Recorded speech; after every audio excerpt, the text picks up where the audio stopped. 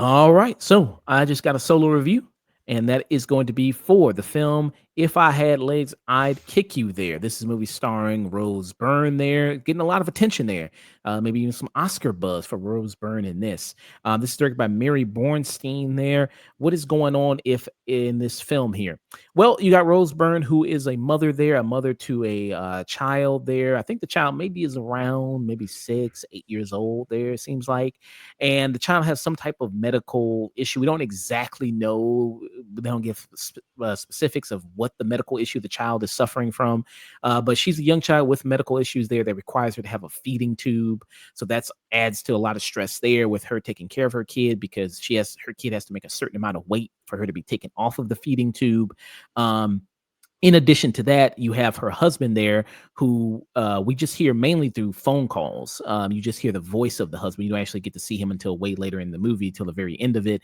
And he's away from home a lot. So that leaves her alone with the kid.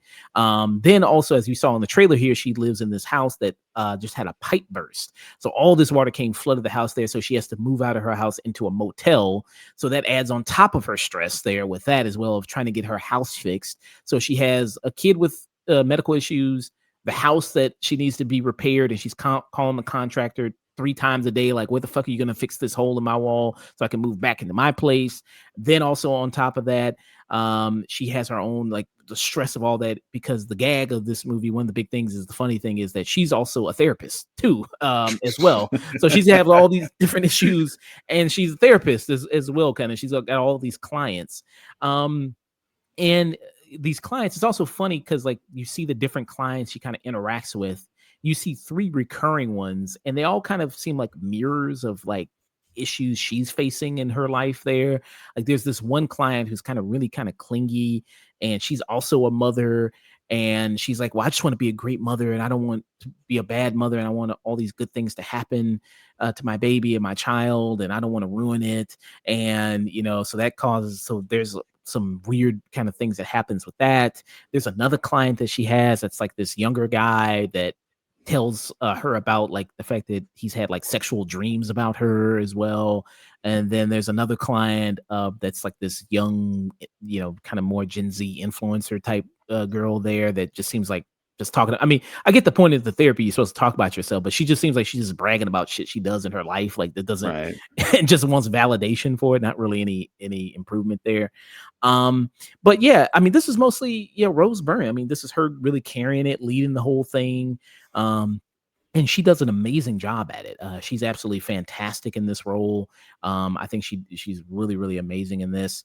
The child of hers, you don't actually get to see the child until like it's like the husband till the very end of the movie. So it almost makes the child feel like this evil kind of force, like this demon or something that's haunting her a little bit throughout the movie, which is kind of an interesting choice that they did that. And I like that choice there that they did with that. And the child also may, on top of having medical issues, may have also seems like, I don't know if it's just like a regular 6, 8-year-old, but maybe have like behavioral issues there, emotional kind of issues, because she's very erratic at times. And she's always very emotional there. So that's on top of it. It kind of reminded me of something like the Babadook, like the kid from the Babadook. You ever seen that movie? Oh yeah, I love the Babadook, but that kid is a nightmare. I get it. I get why the kid's a nightmare, but the kid's a nightmare still. Yeah, I did. It kind of reminded me of something like that, which was yeah, it kind of reminded me of that. But yeah, so it just she's kind of dealing with all this kind of stuff, and you also got some good some other performances. ASAP Rocky's in this, who we just saw. He was in Highest to Lowest. He provides a good Right. supporting actor in this as well. He's the one that works at the motel that Rose Byrne is in, and he's really good there. I think ASAP Rocky's turned into a really good actor. I really liked him a lot in this. Yeah, why can't you just be normal? Yeah. I was expecting her to just snap like that, but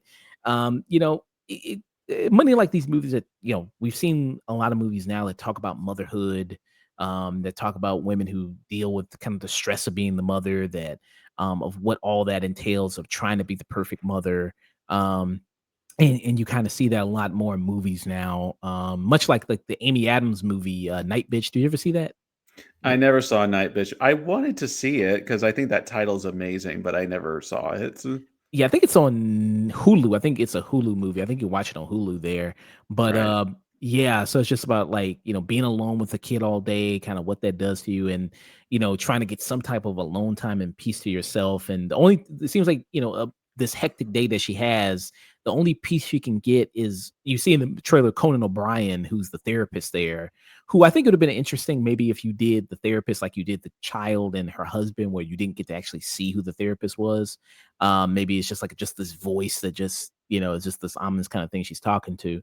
But she goes there and then like that's kind of her time there. And then also at night where she can just go and smoke weed and drink and listen to music on her phone and do all this in the pool and just have some time to herself there to try to decompress after all this that she's kind of got going on. Um, but yeah, I think, this movie lives or dies pretty much by if Rose Byrne was bad, then this movie would be bad. But I think she's absolutely phenomenal in this. And then an interesting thing that the movie does is also like keep a tight look at Rose Byrne. Like the camera's very close to her, which gives like this kind of claustrophobic feeling. Like it really puts you, I feel like, in the shoes of Rose Byrne and what she's kind of going through, which I thought was very interesting as well. There that they kind of do that.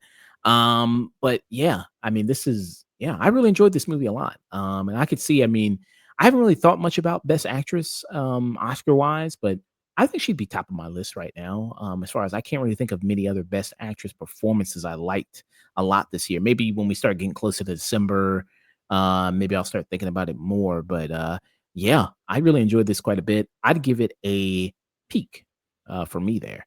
Yeah. And there's also some darkly humorous moments in here too, with amongst the drama as well, I would say. Uh, Right. yeah, Yeah, this looks very interesting, and you've convinced me that this is one to look out for. And yeah, I've heard nothing but great things about Rose Byrne in this film. yeah. So, in theaters now, people can check it out. I recommend it. There. I mean, maybe if you're a mother, maybe maybe you want some better escapism. I don't know. But yeah. So a peak for me for if I had legs, I'd kick you there.